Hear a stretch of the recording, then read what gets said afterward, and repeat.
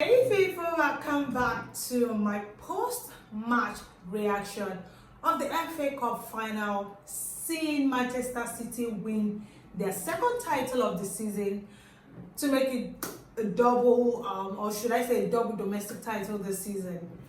Now,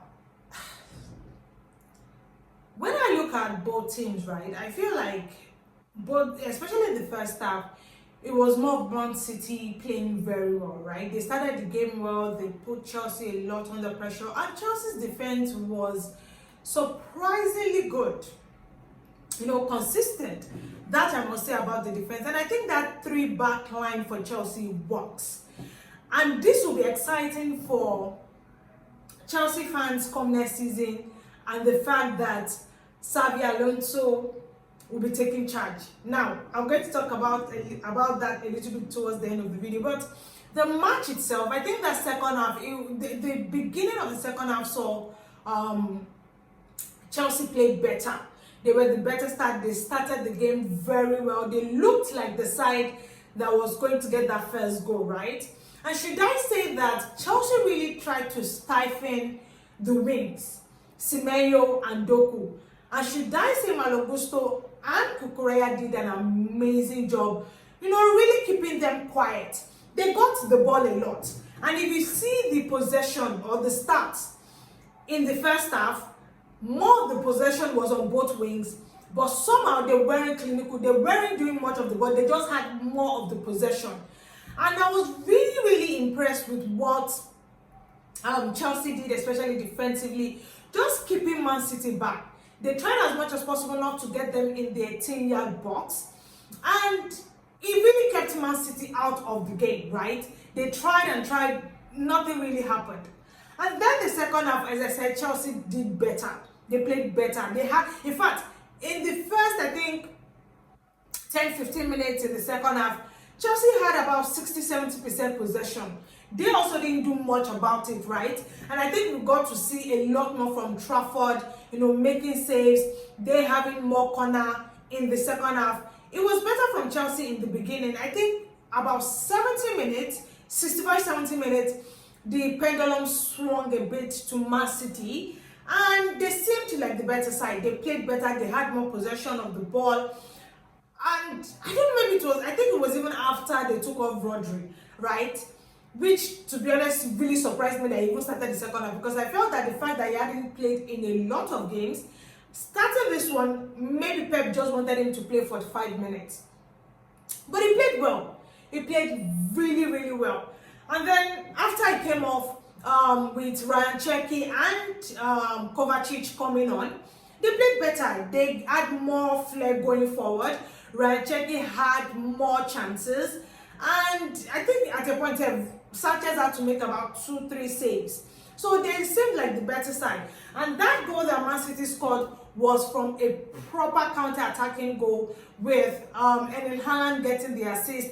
And did not look goal from, Semenyo.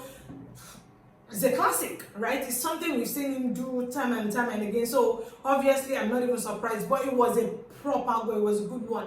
And should I talk about the chance that Man City also had to get the second goal, where I felt like Ryan Cherki should have just lifted his his head up and see that Erling Haaland was practically free. It wasn't, no Chelsea player was on him. He could have gotten a second goal. It could have gotten a second goal. That match could have ended 2-0. But he didn't look up enough, and by the time he did, players were already on Haaland, and there was nothing he could do. However, for Chelsea, I also think they had about 3 penalty claims. 2 of them on João Pedro. And I think one of them was, I'm trying to remember now if it was on Hato. Yes, one of them was on Hato. And I actually think that one on Hato was a penalty. The one on João Pedro, the 2 claims, I don't think they were actually penalties, because one was a case of them accusing, I think Kosanov, of trying to use his hand. But obviously, I think his hand was part of his body, so there's absolutely no way the referee would have given that. And I think the referee tried as much as possible not to get involved in the action. He allowed the game to just play on as quickly as possible. intervened, but it wasn't like as if they really stopped the game to really check the claims. So I think it was a very good decision from the officiating. However, that penalty claimed for Jorge, I think it was a shout, because when you look at the situation, Jorge had already beaten Kusanov, and Kusanov knew that at that point there was nothing he could do. He wasn't even going for the ball. It was literally him just trying to shove the player, shove Jorge off the ball. So that, I think, was definitely a penalty. Yes, maybe you would say it's a bit soft. You understand? It's not a strong enough claim to get a penalty, but regardless of whether it's strong enough or not, if it's a penalty, it's a penalty. That should have definitely been a penalty. But they weren't given. And yes, I know a lot of questions and drama will still come up as to the VAR decisions and all that, which we've seen practically all through the season. But the truth remains that I feel like Chelsea gave a very good account of themselves in this game. They played way better than Arsenal, especially in the Arsenal, the EFL final between Man City and Arsenal. Chelsea played way better. They gave Man City, a proper match. For Man City to have scored just one goal, and I also think that Chelsea could have also scored even before Man City. I think João Pedro had about 1 or 2 chances. Trafford also had maybe 1 or 2 saves also. And Chelsea has to do better with the corners. The corners were terrible. They didn't take full, I think it was only once that they took full advantage of that corner, obviously from Reece James. Eventually it went to throwing because Fofana headed it out. But every other corner they had, it didn't look like they were going to make Man City sweat. Really, they didn't make Man City sweat at any point. But it was a good performance. Unfortunately for Chelsea, their chances of European competition is done. I think it is absolutely done. If it was a case of if they had won that game or won the final, then they would have had a chance to play, even if it's the Europa League, right? But now, the fact that they now lost means that they don't have a chance, except, and I think there's a clause that if Man City wins, there's a chance that they will have about 8 teams play in Europe. So I think it's supposed to be about 5 teams, 5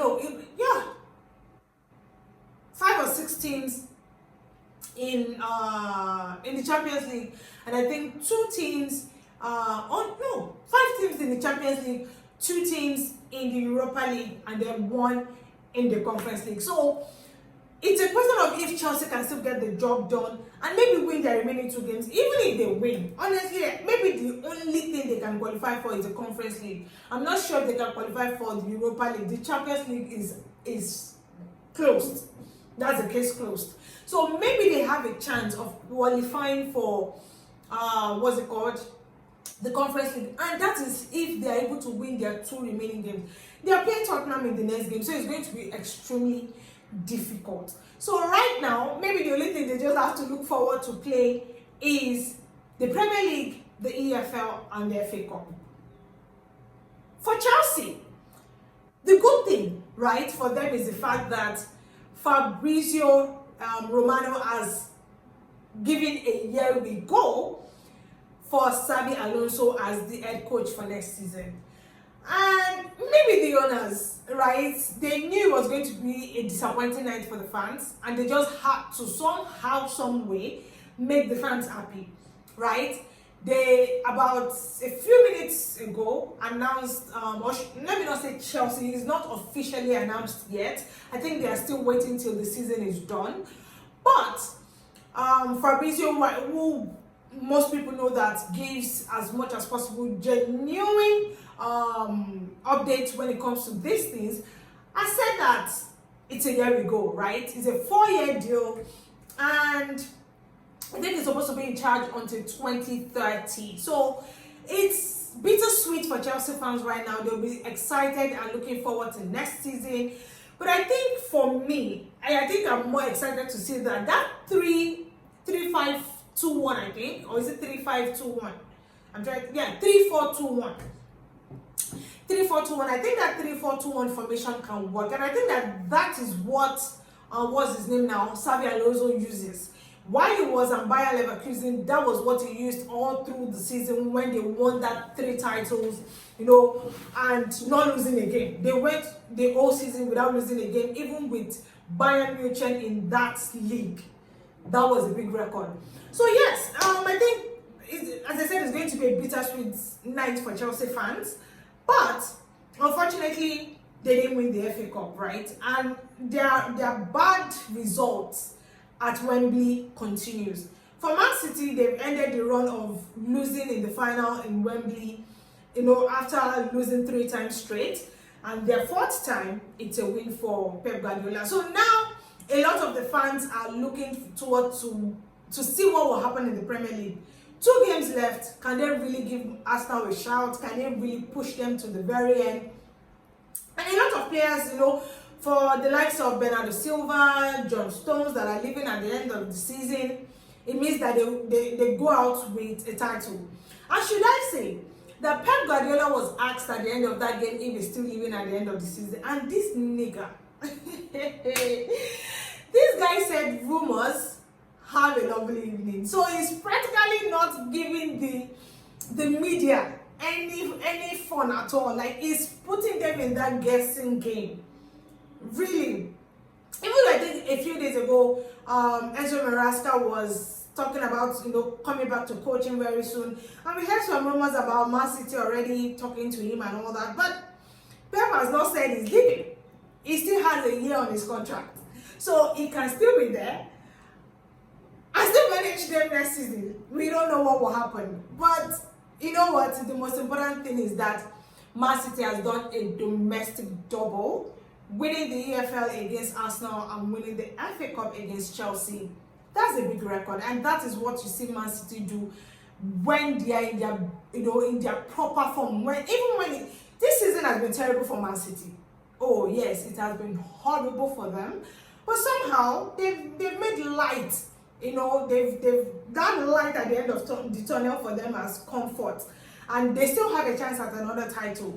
We just don't know if it will really happen, but they've done what is important: winning the EFL and winning the FA Cup, and also qualifying to the Champions League next season. Is there any other thing you can ask of a coach that Pep Guardiola has not done? Winning 20 trophies in 10 years. This man is a genius.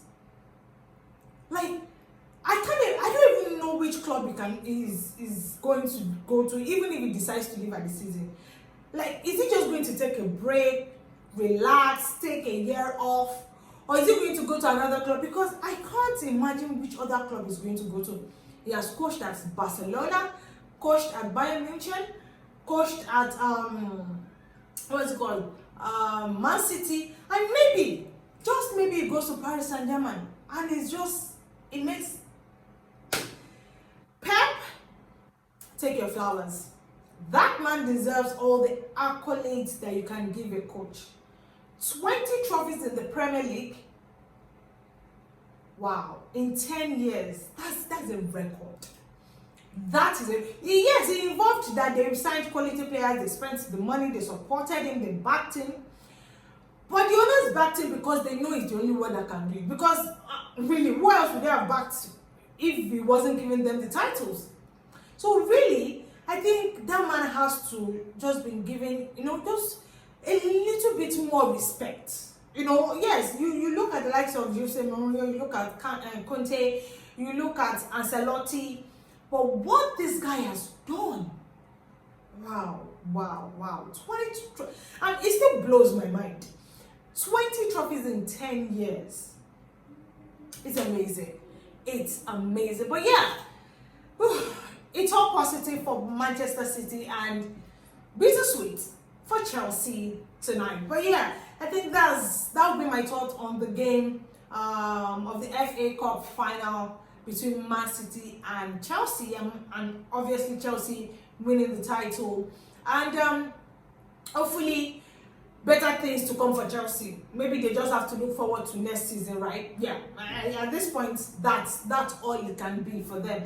But yeah, share your thoughts in the comment section, what you think of the match, what you made of it, Also, don't forget to like, share, and subscribe to the channel. And for those who joined our live, you guys are amazing. Amazing. Yeah. It's coming from my heart because I love you guys so much, okay? So thank you for joining our watch along for the final. And don't forget to subscribe to the channel. Yeah, people subscribe to the channel, but more, you know, we can do better, we can do more, okay? It's absolutely free and it helps the channel to grow. So please keep subscribing to the channel. Don't forget to put on your post notification button to get our latest video when they drop, and follow us on all our social media platforms at _official FSH. Okay, thank you guys so much and enjoy the rest of your evening. Bye bye.